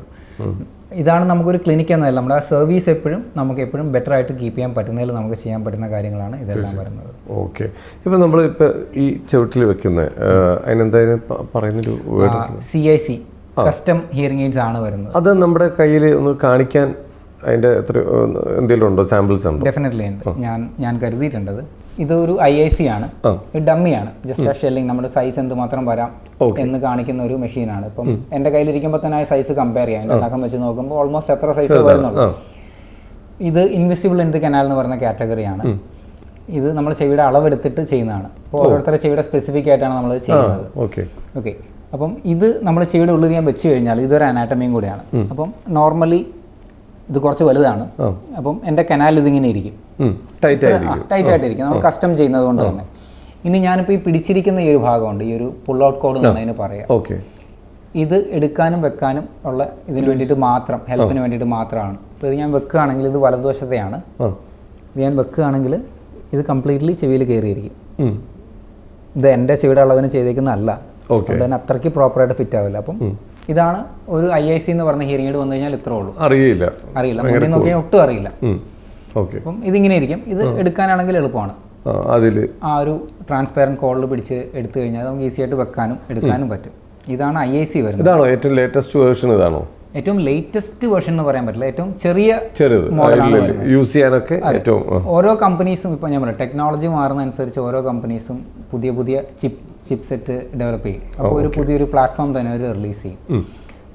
അപ്പം അവർ ഏറ്റവും ലേറ്റസ്റ്റ് ടെക്നോളജീസ് ആയിരിക്കും അതിനകത്ത് വരിക. ഇപ്പോൾ വന്നേക്കുന്ന ടെക്നോളജീസ് എന്ന് ഞാൻ പറയില്ല, എന്നാലും നമുക്ക് ഏറ്റവും കൂടുതൽ റിലേറ്റ് ചെയ്യാൻ പറ്റുന്നത് പറഞ്ഞാൽ ബ്ലൂടൂത്ത്, റീചാർജബിലിറ്റി, ഇപ്പം AI ഒക്കെ പറയുകയാണെങ്കിൽ DNN ന്യൂറൽ നെറ്റ്വർക്ക്സ് വരുന്ന അങ്ങനത്തെ കുറേ ഫീച്ചേഴ്സ് ഉണ്ട്. ഇനിയിപ്പോൾ ഫ്യൂച്ചറിൽ വരാൻ പോകുന്ന കുറേ ഫീച്ചേഴ്സും ഉണ്ടാവും. ഓക്കെ, അതൊക്കെ അവരുടെ അണിയറയിൽ അവരുടെ വർക്ക് നടക്കുന്നുണ്ട്. കസ്റ്റമിൽ വേറെ ഒരെണ്ണമാണ് ITC എന്ന് പറയുന്നത്. ഇത് കുറച്ചും കൂടി വലുതാണ്. നമ്മുടെ ഒരു ബഡ്സ് ഹെഡ്ഫോൺ ഇരിക്കില്ലേ, ആ ഒരു സിമിലർ സൈസാണ് വരിക. അപ്പോൾ ഇത് ചെവിയിൽ വെച്ച് കഴിഞ്ഞാലും ഇത് ഹെഡ്ഫോൺസ് ആണെന്ന് ഇപ്പോഴത്തെ ഒരു ആൾക്കാർക്ക് പെട്ടെന്ന് തോന്നുള്ളൂ. ഒരു ഹിയറിംഗ് എയ്ഡ് ആണെന്നുള്ള ഒരു കൺസെപ്റ്റുകളുടെ അതെ, ഒരുപാട് ബഡ്സ് ഹെഡ്ഫോണും അവൈലബിൾ ആണ്. ഇനിയുള്ളത് RICs എന്ന് പറഞ്ഞൊരു മോഡലാണ്. ഇതാണ് നമ്മൾ ഏറ്റവും കൂടുതൽ ആൾക്കാർ അല്ലെങ്കിൽ ഉപയോഗിക്കാൻ, അല്ലെ എന്നെ സംബന്ധിച്ച് ഞാൻ പറയുകയാണെങ്കിൽ ഏറ്റവും കൂടുതൽ ക്ലാരിറ്റി കിട്ടുന്ന ഒരു മോഡൽ എന്ന് എനിക്ക് പറയാൻ പറ്റും. ഇതാണ് RICs വരുന്നത്. ചെവിടെ പുറമെയാണ് വെക്കുന്നത്, പക്ഷേ ഈ ഒരു തിൻ ട്യൂബാണ് വരിക. അതുകൊണ്ട് തന്നെ മുന്നിൽ നോക്കി നമുക്ക് അത്രയ്ക്ക് പെട്ടെന്ന് മനസ്സിലാവില്ല. പിന്നെ നമുക്കെപ്പോഴും കണ്ടുപരിചയമുള്ള BTs, ബിഹൈൻഡ് ദി ഇയർ. അപ്പോൾ ഡിഫറെൻറ്റ് മോഡൽസ് അവൈലബിൾ ആണ്. കേൾവി കുറവിനെ നോക്കിയിട്ടാണ്. എല്ലാം നമ്മുടെ ചെയ്യുന്ന ടെസ്റ്റിൻ്റെ പേര് പ്യൂർട്ടോൺ ഓഡിയോമെട്രി എന്നാണ്. അത് കിട്ടുന്ന റിസൾട്ടിൻ്റെ പേര് ഓഡിയോഗ്രാം എന്നാണ് പറയുക. ആ ഓഡിയോഗ്രാമിൻ്റെ പാറ്റേണും എന്തുമാത്രം കേൾവി കുറവുണ്ടെന്നുള്ളത് നോക്കിയിട്ടാണ് നമ്മൾ ഇതിൽ ഏത് ഹിയറിംഗ് എയ്ഡ് വേണം എന്നുള്ളത് ഓപ്ഷൻസ് കൊടുക്കുക പേഷ്യൻസിന് ചെയ്യുന്നത്. ഇപ്പോൾ നമ്മളിപ്പോൾ ഇത് ഈ ഒരു എന്താ പറയുക, ഇതിനൊരു ചികിത്സ എന്ന് പറയുന്നതിൻ്റെ അപ്പുറം ഇതൊരു സേവനം എന്നാണോ പറയണ്ടേ? ഇതൊരാളുടെ ജീവിതത്തിൽ വലിയൊരു മാറ്റം വരുത്തുന്ന ഒരു സംഭവമാണ് നമ്മൾ നിൽക്കുന്ന മേഖല. പലരുടെയും സന്തോഷങ്ങളും സങ്കടങ്ങളും എല്ലാം നേരിട്ട് കണ്ട ഒരാളും കൂടിയാണ്.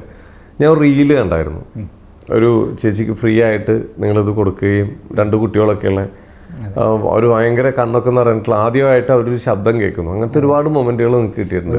ആ ഒരു എക്സ്പീരിയൻസ് ഒന്ന് പറയാമോ?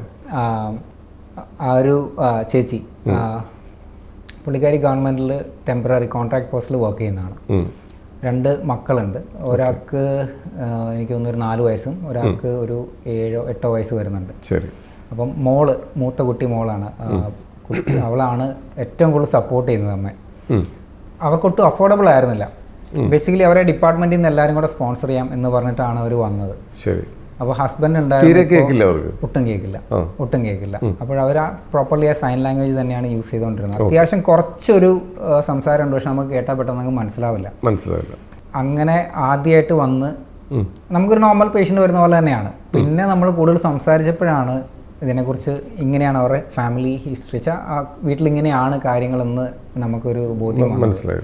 അന്നേരം പിന്നെ ഒറ്റയടിക്ക് എടുത്ത ഡിസിഷനാണ് അത് ഞങ്ങൾ ചെയ്തോളാം, മാഡം ഒന്നും അറിയണ്ട, കംപ്ലീറ്റ് ഞങ്ങൾ നോക്കിയോളാം. സർവീസ് ആണെങ്കിലും ഒന്നിനും പേയ്മെൻറ്റ് ഉണ്ടാവില്ല, completely taken care by Travancore തന്നെയാണെന്നുള്ളത് അങ്ങനെ തീരുമാനിച്ചതാണ്. നമ്മൾ ആദ്യമായിട്ട് ടെസ്റ്റ് ചെയ്തു, ഓഡിയോഗ്രാം കിട്ടിയപ്പം നല്ല ഒട്ടും കേൾവി ഇല്ല. അതിനെ ബേസ് ചെയ്ത് നമ്മളൊരു ഹിയറിംഗ് എയ്ഡ് ചൂസ് ചെയ്തു. റീചാർജബിൾ ആയിരുന്നു അത് ആദ്യമായിട്ട് വെച്ച് കഴിഞ്ഞ് മാഡത്തിൻ്റെ മോള് കൂടെ ഉണ്ടായിരുന്നു, മോനും ഉണ്ടായിരുന്നു. എന്നാലും കൂടുതൽ സപ്പോർട്ട് ചെയ്യുന്ന മോളാണ്, നല്ല മെച്ചുവേർഡാണ് ആ കുട്ടി. അപ്പം പെട്ടെന്ന് ഇത് വെച്ചപ്പോഴത്തേനും ഇനി അമ്മ കേൾക്കും എന്ന് നമ്മളവിടെ പറഞ്ഞു. അപ്പം ഞാനുണ്ട്, നമ്മുടെ ടീം ഫുള്ളുണ്ട് കോട്ടയം ബ്രാഞ്ചിലെ. അപ്പം ഞങ്ങളുടെ ക്ലിനിക്കിലെയും കുറച്ച് അല്ലാതെ സ്റ്റാഫ് ഉണ്ടായിരുന്നു. ഇവൻ കൊച്ചിയിൽ 1-2 സ്റ്റാഫ് അവിടെ ഇതിൻ്റെ ഭാഗമായിട്ട് ഇവരെ കാണാൻ ചെന്നതല്ല, അന്ന് അവിടെ ഉണ്ടായിരുന്നു. അപ്പം അപ്പോൾ അതിലൊരാളാണ് പറഞ്ഞ മോളത്ത് അമ്മയൊന്ന് വിളിക്കാൻ പറഞ്ഞു. പുള്ളി ഇത് ആക്ച്വലി എന്തോ അങ്ങനെ പറഞ്ഞു. മോള് പെട്ടെന്ന് അമ്മയെന്ന് വിളിച്ചു കഴിഞ്ഞപ്പോഴത്തേനും ഈ മാഡം പെട്ടെന്ന് കേട്ടിട്ട് തിരിഞ്ഞു നോക്കുമ്പം അവരുടെ കണ്ണ് ലിറ്ററലി നിറഞ്ഞു. അതിനേക്കാൾ കൂടുതൽ ഞാൻ നോക്കുമ്പം എൻ്റെ കൂടെ കൊച്ചിയിൽ നിന്ന് വന്ന പുള്ളി ആദ്യമായിട്ട് ഇത് കാണുന്നുണ്ട്. പുള്ളിക്ക് ഞാൻ പറയും ലിറ്ററലി കണ്ണ് നിറഞ്ഞു പുള്ളിയുടെ. അന്നേരമാണ് ശ്രീരാഗ് എന്ന് പറയും, ശ്രീരാഗ് പറഞ്ഞത് ബേസിക്കലി എനിക്കിപ്പോഴാണ് ഞാൻ ഈ ചെയ്യുന്ന ജോലിയുടെ ഒരു വാല്യൂ മനസ്സിലായത്. ഈ ഒരാളുടെ ജീവിതത്തിൽ ഈ ഒരു മാറ്റം കൊണ്ടുവരാൻ പറ്റിയപ്പം ലിറ്ററലി അത് അത് ഞാൻ എങ്ങനെയാണ് പറയേണ്ടതെന്ന് എനിക്കറിയാം. അത് കഴിഞ്ഞാണ് നമ്മൾ ബേസിക്കലി അവരുടെ ഒരു അവരുടെ ലൈക്ക് ഫാമിലിയിൽ ഇങ്ങനെയാണ് സപ്പോർട്ട് ചെയ്യാൻ ആൾക്കാർ ഇല്ല. ഈവൻ ഈ ഒരു ഹിയറിംഗ് എയ്ഡ് പോലും ഒരു എല്ലാവരും കൂടെ സ്പോൺസർ ചെയ്യാം എന്നുള്ള രീതിക്കാണ് വന്നിരുന്നത്. അപ്പോഴും സ്പോൺസർഷിപ്പ് ഒന്നും ആയിട്ടുണ്ടായിരുന്നില്ല. പിന്നെ അത് അന്ന് അവിടെ വെച്ച് എടുത്ത ഒറ്റ തീരുമാനമാണ് ഇത് ട്രാവൻകൂർ നോക്കിക്കോളാം എന്നുള്ളത്. അത് ഹിയറിംഗ് എയ്ഡ് മാത്രമല്ല, ആ ഹിയറിംഗ് എയ്ഡിൻ്റെ ലൈഫ് ടൈമുള്ള സർവീസും ബോൺ ബൈ ട്രാവൻകൂർ തന്നെയായിരിക്കും എന്ത് കാര്യമാണെങ്കിലും. ഇനിയിപ്പോൾ നമ്മുടെ സ്ഥാപനത്തിലേക്ക് ട്രാവൻകൂർ ഹിയറിംഗ് സൊല്യൂഷനിലേക്ക് ആളുകൾക്ക് എത്തിപ്പെടാൻ എന്താ ചെയ്യേണ്ടത്? നമുക്ക് ഒരുപാട് ആഡ്സ് കാണാം നിങ്ങൾക്ക് എവിടെയാണെങ്കിലും. അത് ഓഫ്ലൈൻ ആകാം, ഓൺലൈൻ ആകാം. ഇനി അതല്ല എന്നുണ്ടെങ്കിൽ വെബ്സൈറ്റിൽ പോയി കഴിഞ്ഞാലും ട്രാവൻകൂർ ഹിയറിംഗ് സൊല്യൂഷൻസിൽ.com സെർച്ച് ചെയ്ത് കഴിഞ്ഞാൽ നമ്മുടെ ഡീറ്റെയിൽസ് കിട്ടും. അപ്പോയിൻമെന്റ് എടുത്ത് അവിടെ അപ്പോയിൻമെന്റ് കൊടുത്ത് അപ്പോയിൻമെന്റ് വിളിച്ച് പറഞ്ഞു കഴിഞ്ഞാൽ അവർ കറക്റ്റായിട്ടുള്ള സ്ലോട്ട്സ് പറയും. ഏതൊക്കെ ദിവസം ആണ് അപ്പോയിൻമെന്റ്സ് നമുക്ക് സ്ലോട്ട്സ് അവൈലബിൾ ആയിട്ടുള്ളത്. അപ്പോയിൻമെന്റ് ബേസ് ചെയ്ത് വരുന്നതായിരിക്കും ഏറ്റവും നല്ലത്. അല്ലെങ്കിൽ വെയിറ്റ് ചെയ്യേണ്ടി വരും. അപ്പം അവിടെ ഓൾറെഡി വേറെ പേഷ്യൻ്റ് ഉണ്ടെങ്കിൽ നമുക്ക് വെയിറ്റ് ചെയ്യേണ്ടി വരാം. അപ്പം ഏറ്റവും നല്ലത് എപ്പോഴും പ്രിപ്പയർ ആയിട്ട് വരുന്നവരാണെങ്കിൽ അപ്പോയിൻമെൻറ്റ് ഷെഡ്യൂൾ ചെയ്തിട്ട് വരുന്നത് തന്നെയാണ്. ഓക്കെ. ഇനി എല്ലാവർക്കും അറിയേണ്ട ഒരു ഒറ്റ കാര്യം, ഇനിയിപ്പോൾ വിദേശത്തു നിന്ന് ഒരു വളരെ കുറച്ച് ദിവസത്തെ അവധിക്ക് വന്നവരായിക്കോട്ടെ, എന്തായിക്കോട്ടെ, നമ്മളിപ്പോൾ നമ്മുടെ സ്ഥാപനത്തിൽ വന്ന് ഇത് ചവിട്ടിൽ വെച്ച് ആ ഒരു കേൾവി ശക്തി തിരിച്ച് കിട്ടാനുള്ള എൻ്റെ ഒരു ടൈം പീരീഡ് എത്രയായിരിക്കും ഏകദേശം? നോർമലി എപ്പോഴും കാണുന്നതെന്ന് പറഞ്ഞു കഴിഞ്ഞാൽ പുറത്തുനിന്ന് ഗൾഫിൽ നിന്നാകാം, യൂറോപ്പിൽ നിന്നാകാം, നാട്ടിൽ വന്നിട്ട് ഇവർ പോകുന്നതിന് ഒരാഴ്ച മുന്നേ ആയിരിക്കും എല്ലാവരും ഓടി വരുന്നത്. ഒരാഴ്ച കൊണ്ട് ഞാൻ പോകും, അപ്പോൾ അതിന് മുന്നേ എനിക്ക് ഹിയറിംഗ് എയ്ഡ് വേണം. അതിൽ മിക്കവരും ഓപ്റ്റ് ചെയ്യുന്നത് ഉള്ളിൽ വെക്കുന്ന കസ്റ്റം മോഡലാണ്. അപ്പോൾ നമ്മൾ അളവെടുത്ത് കമ്പനിക്ക് അയച്ച് കമ്പനി അതേ ഷേപ്പിൽ അത് ചെയ്ത് വരണമെങ്കിൽ മിനിമം ഒരു 7 to 10 days എടുക്കാം. ഓക്കെ, ഇത് മിനിമം ആണ്. ഓക്കെ. അങ്ങനെ വരുമ്പം കസ്റ്റം പ്രൊഡക്ട്സ് നമുക്ക് ബുദ്ധിമുട്ടായിരിക്കും. പക്ഷേ റെഡിമെയ്ഡ് പ്രൊഡക്ട്സ് ഉണ്ട്, RICs, BTs, ഇതൊക്കെ നമുക്ക് എപ്പോൾ വേണമെങ്കിലും വന്ന് നമുക്ക് ഓർഡർ ചെയ്താൽ മേ ബി സ്റ്റോക്ക് ഉണ്ടെങ്കിൽ അന്ന് തന്നെ എടുക്കാം, ഇല്ലെങ്കിൽ നെക്സ്റ്റ് ഡേയ്സിൽ നമുക്ക് ഡെലിവറി ചെയ്യാൻ പറ്റും.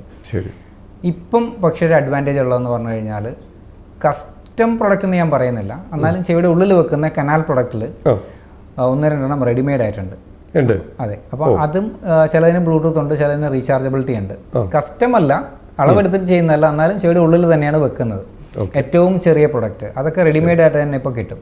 അപ്പം അങ്ങനത്തെ പ്രൊഡക്ട്സ് ഉള്ളത് വലിയൊരു അനുഗ്രഹമാണ്. ഞാൻ എപ്പോഴും പറയുന്ന ഒരു കാര്യം കൂടെയാണ്, ഈ പ്രത്യേകിച്ച് ഗൾഫിൽ പോകുന്നവർ ഉള്ളിൽ വെക്കുന്നതാണ് ഏറ്റവും കൂടുതൽ ആവശ്യപ്പെടുന്നത്.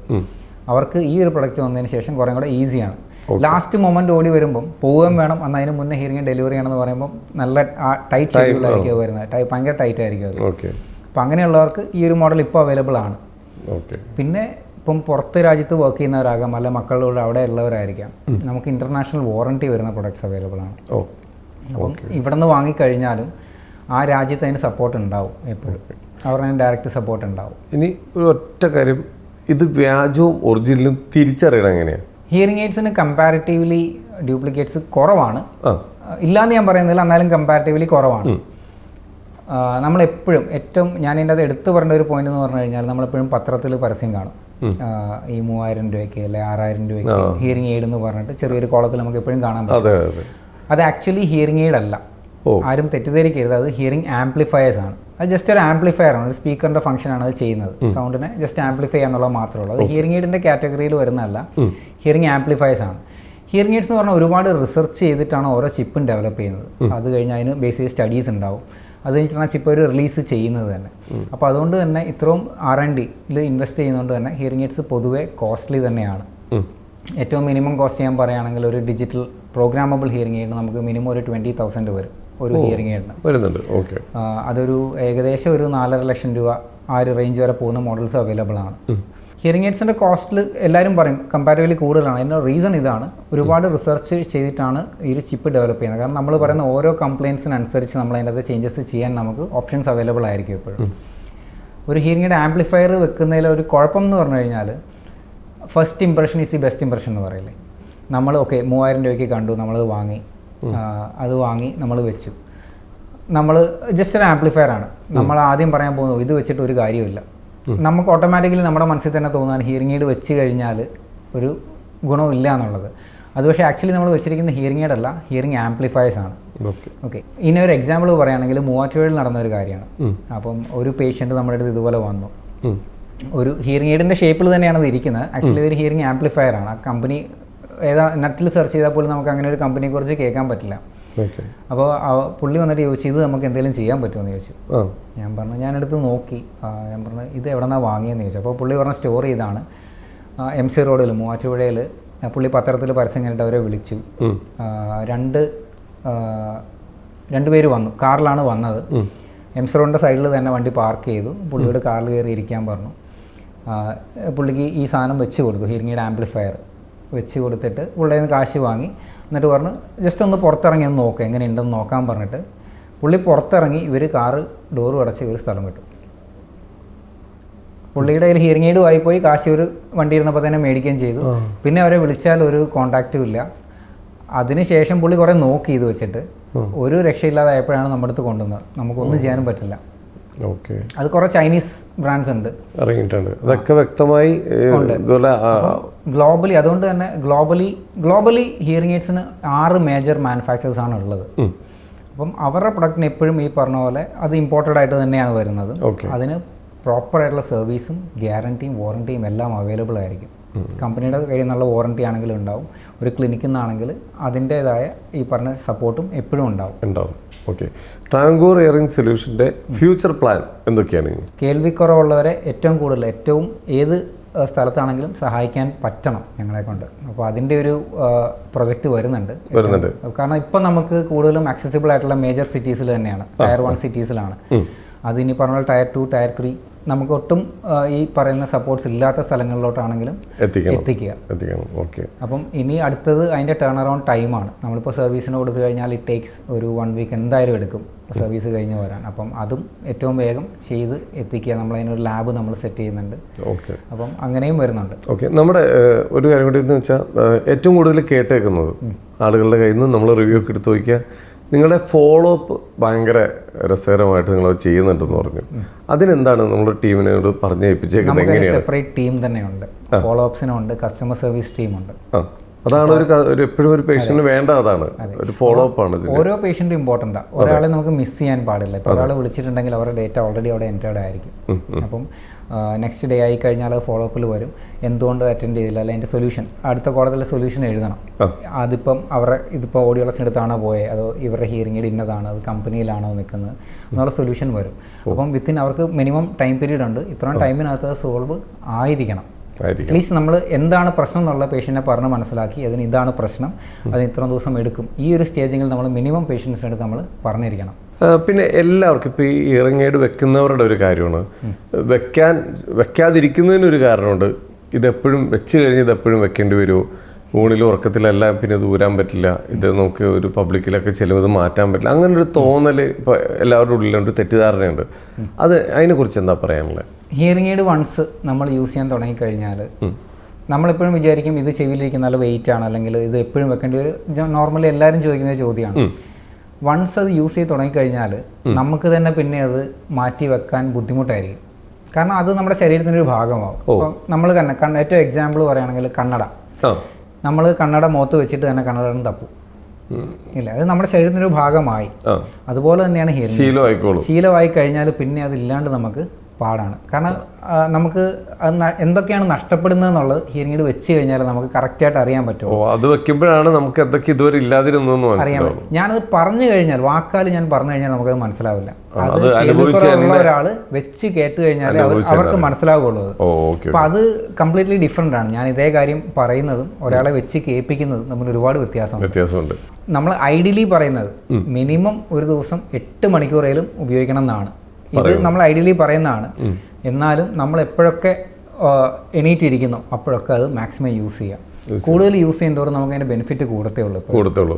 അതെ. ഇതെങ്ങനെയാണ് ഇപ്പം നമുക്ക് നമ്മുടെ കയ്യിലുള്ള ഈ ഒരു പ്രൊഡക്റ്റ് വളരെ നന്നായിട്ട് യൂസ് ചെയ്യാൻ പറ്റുന്ന, ഉപയോഗിക്കാൻ പറ്റുന്ന, കേടുപാട് സംഭവിക്കാതെ ലാസ്റ്റ് ചെയ്യുന്ന രീതിയിൽ എങ്ങനെയാണ് അത് ഉപയോഗിക്കുന്നത്? നമ്മൾ ഹിയറിംഗ് എയ്ഡ്സ് ഒരു ഇലക്ട്രോണിക് ഡിവൈസ് തന്നെയാണ്. നമുക്കുണ്ടാകുന്ന കേൾവിക്കുറവിനെ കോമ്പൻസേറ്റ് ചെയ്യുന്ന ഹെൽപ്പ് ചെയ്യുന്ന ഒരു ഉപകരണം തന്നെയാണ്. ഇത് ഇലക്ട്രോണിക് ഡിവൈസ് ആയതുകൊണ്ട് തന്നെ ഇതിന് ഒരുപാട് ഞാൻ പറയുന്നില്ല, സിമ്പിളായിട്ടുള്ള കെയർ ആൻഡ് മെയിൻ്റനൻസ് കാര്യങ്ങളുണ്ട്. ഇപ്പോൾ നമ്മൾ ബഡ്സ് ഇടും, കാരണം അത് ചെവിയുടെ ഉള്ളിൽ ഈ വാക്സ് ഉണ്ടാകുന്നതുകൊണ്ട് തന്നെയാണ്. ഇപ്പോൾ ഒരു ഹെഡ്ഫോൺ വെച്ച് കഴിഞ്ഞാൽ ഹെഡ്ഫോണിൽ എപ്പോഴും വാക്സ് വരും. അതുപോലെ തന്നെ ഹിയറിംഗ് എയ്ഡ് ചെവിയുടെ ഉള്ളിലോട്ട് വെക്കുന്നതുകൊണ്ട് ഹിയറിംഗ് എയ്ഡിലും വാക്സ് വരാം. അപ്പം ഹിയറിംഗ് എയ്ഡിൽ സൗണ്ട് പുറത്തേക്ക് വരുന്ന ഓപ്പണിംഗ് തീരെ ചെറുതാണ്. ഇത് എപ്പോഴും വെക്കുന്നതുകൊണ്ട് തന്നെ ഈ പറഞ്ഞ ഓപ്പണിംഗ് വാക്സ് ഒന്ന് ബ്ലോക്ക് ആവാനുള്ള ചാൻസസ് ഉണ്ടാവും. ഏറ്റവും നല്ലത് ഡെയിലി നമ്മൾ ഉറങ്ങാൻ നേരത്ത്, ടെക്നിക്കലി നമ്മൾ ഉറങ്ങാൻ നേരത്തും കുളിക്കാൻ നേരത്തും, ടെക്നിക്കലി അല്ല, നമ്മൾ ഉപയോഗിക്കേണ്ടാത്ത സമയം എന്ന് പറഞ്ഞു കഴിഞ്ഞാൽ ഉറങ്ങുമ്പോഴും കുളിക്കുമ്പോഴും ഉപയോഗിക്കേണ്ട. അപ്പോൾ ഉറങ്ങാൻ നേരത്ത് രാത്രി നമ്മൾ കിടക്കുന്നതിന് മുന്നേ നമ്മൾ ഹിയറിംഗ് എയ്ഡ് എടുത്ത് അതിൻ്റെ ബോക്സിൽ വെക്കും, അല്ല ചാർജർ ആണെങ്കിൽ ചാർജറിൽ നമ്മളത് വെക്കും. ആ ടൈമിൽ ഒരു 5 മിനിറ്റ് സ്പെൻഡ് ചെയ്യുക, ഹാർഡ്ലി 5 മിനിറ്റ് മതി. ആ നമ്മൾ ഉള്ളിലേക്ക് വെക്കുന്ന ടിപ്പ് ഒന്ന് ക്ലീൻ ചെയ്യുക. ഇനി കസ്റ്റം പ്രൊഡക്റ്റ് ആണെങ്കിൽ അതിൻ്റെ ഒരു ഓപ്പണിംഗ് വാക്സ് ഗാർഡ് ഒന്ന് ക്ലീൻ ചെയ്യുക. അതിന് ഹിയറിംഗ് എയ്ഡിൻ്റെ ബോക്സ്, നമ്മൾ ഹിയറിംഗ് എയ്ഡ് വാങ്ങുമ്പോൾ തന്നെ അതിന് ബോക്സിൽ അതിൻ്റെ ക്ലീനിങ് കിറ്റും വരും. ചിലപ്പോൾ ടവൽ ഉണ്ടാവും, ഒരു ബ്രഷ് ഉണ്ടാവാം, ഡിഫറെൻറ്റ് ടിപ്സ് വരാം. ടിപ്പ് എന്ന് പറഞ്ഞാൽ ഇയർ പീസ് വരുന്നത്. അപ്പം അതൊന്ന് ക്ലീൻ ചെയ്ത് വെക്കുക. സോ ദാറ്റ് ആ വാക്സ് ഡെബ്രീസ് ഉണ്ടെങ്കിൽ അത് ക്ലിയർ ആയിട്ട് അങ്ങ് പോകും. കാരണം വാക്സ് ചെറുതായിട്ടൊന്ന് അടഞ്ഞിരുന്നു കഴിഞ്ഞാലും ഹിയറിംഗ് എയ്ഡിൻ്റെ സൗണ്ട് കുറയാം. കംപ്ലീറ്റ് ആയിട്ട് ബ്ലോക്ക് ആയി കഴിഞ്ഞാൽ ഹിയറിംഗ് എയ്ഡ് സൗണ്ടേ പുറത്തേക്ക് വരില്ല. പിന്നെ ഇലക്ട്രോണിക് ഡിവൈസ് ആയതുകൊണ്ട് തന്നെ സോഫ്റ്റ് ആയിട്ട് ഹാൻഡിൽ ചെയ്യാം. ഇപ്പോൾ ഒരു സോഫ അങ്ങനെയൊക്കെ സോഫ്റ്റ് ആയിട്ട് സർഫസിലാണ്, കൈ നിറയാണ്ട് താഴെ പോയി വീണ് കഴിഞ്ഞാലും ഹിയറിംഗ് എയ്ഡ് പ്രത്യേകിച്ച് ഇതുപോലത്തെ എന്തെങ്കിലും ക്രാക്സ് അങ്ങനെയൊക്കെ വരാനുള്ള ചാൻസസ് കുറവാണ്, ഫിസിക്കൽ ഡാമേജ്. അതേസമയം ഒരു മേശ, നല്ല കട്ടിയുള്ള മേശയാണ്, അല്ലെങ്കിൽ ടൈല്, ഫ്ലോറിലെ ടൈലിലോട്ടാണ് വീഴുന്നതെങ്കിൽ ഉള്ളിൽ എന്തെങ്കിലും കമ്പോണൻസ് ബ്രേക്ക് ആകാനുള്ള ചാൻസസ് കൂടുതലാണ്. അങ്ങനെ വരുമ്പം നമുക്ക് തന്നെ ഉപയോഗിക്കുന്ന ആൾക്ക് അറിയാൻ പറ്റും അതിൻ്റെ സൗണ്ട് ഉണ്ടാകുന്ന ചേഞ്ചസ് വരാം. ഇനി അതല്ലാന്നുണ്ടെങ്കിൽ ഒട്ടും വർക്ക് ചെയ്യാതിരിക്കാം. അപ്പോഴാണെങ്കിൽ നമ്മൾ കമ്പനിക്ക് അത് അയച്ച് റിപ്പയർ ചെയ്യാറാണ് പതിവ്. പക്ഷെ ഇത് വരാതെ നോക്കുന്നത് തന്നെയാണ് നമുക്ക് ഏറ്റവും നല്ലത് എപ്പോഴും. അതുകൊണ്ട് കെയർ ആൻഡ് മെയിൻ്റനൻസ്, പ്രത്യേകിച്ച് അതിൻ്റെ ക്ലീൻ ആക്കി വെക്കുന്നത് എപ്പോഴും നോക്കുക, എപ്പോഴും ശ്രദ്ധിക്കേണ്ട കാര്യമാണ്. ഹാർഡ്ലി ഒരു ദിവസം ഒരു 5 മിനിറ്റ് വേണ്ട അത് ക്ലീൻ ചെയ്യാൻ. ഇത്രയും കാര്യങ്ങൾ ശ്രദ്ധിച്ചാൽ മാത്രം മതി. പിന്നെ ചിലർ ഭയങ്കര റഫായിട്ട് ഹാൻഡിൽ ചെയ്യും. ഇത് ഇലക്ട്രോണിക് ഡിവൈസ് ആയതുകൊണ്ട് ചില കമ്പോണൻസ് ഭയങ്കര ഡെലിക്കേറ്റ് ആണ്. ഡെലിക്കേറ്റ് എന്ന് ഞാൻ പറയുന്നില്ല, ഇത് ഒരുപാട് ടെസ്റ്റ് ആൻഡ് റീടെസ്റ്റ് ചെയ്തേക്കുന്നതാണ് ഓരോ കമ്പോണൻസ്.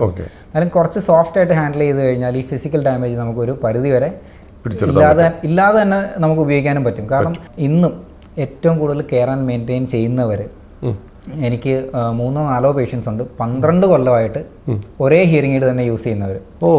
പിന്നെ വാറണ്ടി മിനിമം നമുക്കൊരു 2 ഇയർ വരും മിനിമം. അപ്പം ഈ വാറണ്ടി പീരീഡിൽ ഞാൻ എപ്പോഴും സജസ്റ്റ് ചെയ്യുന്നതാണ് നമ്മളൊരു 2 തവണയിലും ജനറൽ സർവീസ് നമ്മൾ അയക്കുക കമ്പനിയിൽ. അപ്പോൾ അവരും ഈ പറഞ്ഞ പോലെ അത് നോക്കി പ്രോപ്പർലി വർക്കിംഗ് ആണ്, ഓരോ കമ്പോണൻസും അതിൻ്റെ കറക്റ്റായിട്ട് വർക്ക് ചെയ്യുന്നുണ്ടോ എന്നുള്ളത് നോക്കി മാറേണ്ട കാര്യങ്ങളാണ് ഓട്ടോമാറ്റിക്കലി വാറണ്ടിയിൽ ഒരു മാറി തന്നെ നമുക്ക് അയച്ചു തരും. അപ്പം അത്രയും കൂടെ നമുക്ക് ലൈഫ് കൂടുതൽ കിട്ടും. എങ്ങനെ പോയാലും ഒരു 5 കൊല്ലം മിനിമം, ഒരു 5 കൊല്ലം നമുക്ക് ഹിയറിംഗ് എയ്ഡ്സ് നമുക്ക് യൂസ് ചെയ്യാൻ പറ്റും ഹിയറിംഗ് എയ്ഡ്. ഓക്കെ. അപ്പോൾ എന്തായാലും നമ്മൾ ഇത്ര നേരം സംസാരിച്ചതിൽ മൊത്തം ഞാൻ നേരത്തെ പറഞ്ഞതാണ്, ഇതൊരു ജോലിയല്ല, ഒരുപാട് ആളുകളുടെ ജീവിതത്തിൽ വലിയൊരു മാറ്റം വരുത്തുന്ന, ഒരു ജീവിതത്തിൽ വെളിച്ചം വരുത്തുന്ന ഒരു സേവനം കൂടിയാണ്. നല്ലൊരു സോഷ്യൽ കമ്മിറ്റ്മെന്റ് ഉള്ളതാണ് തീർച്ചയായിട്ടും. അപ്പോൾ ഇപ്പോഴും ഒരുപാട് പേരുടെ ഒരു പ്രതീക്ഷയ്ക്ക് എന്താ പറയുക, ആഴം കൂട്ടുക എന്ന് പറയുക നമ്മുടെ ഇൻ്റർവ്യൂ ഒക്കെ അവരുടെ അടുത്തേക്ക് എത്തുമ്പോൾ. ഒരുപാട് കുടുംബങ്ങളിൽ എല്ലാവരുടെയും സമാധാനങ്ങൾ ഇനിയും ഉണ്ടാവട്ടെ. നിങ്ങളുടെ സേവനങ്ങൾ എല്ലാവരിലേക്കും എത്തട്ടെ. എത്രയും പെട്ടെന്ന് ആവശ്യക്കാരിലേക്ക് നിങ്ങളുടെ സേവനം എത്രയും പെട്ടെന്ന് എത്തട്ടെ. കാരണം അത്രയും വളരെ മനോഹരമായിട്ടാണ് നിങ്ങൾ പോകുന്നത്.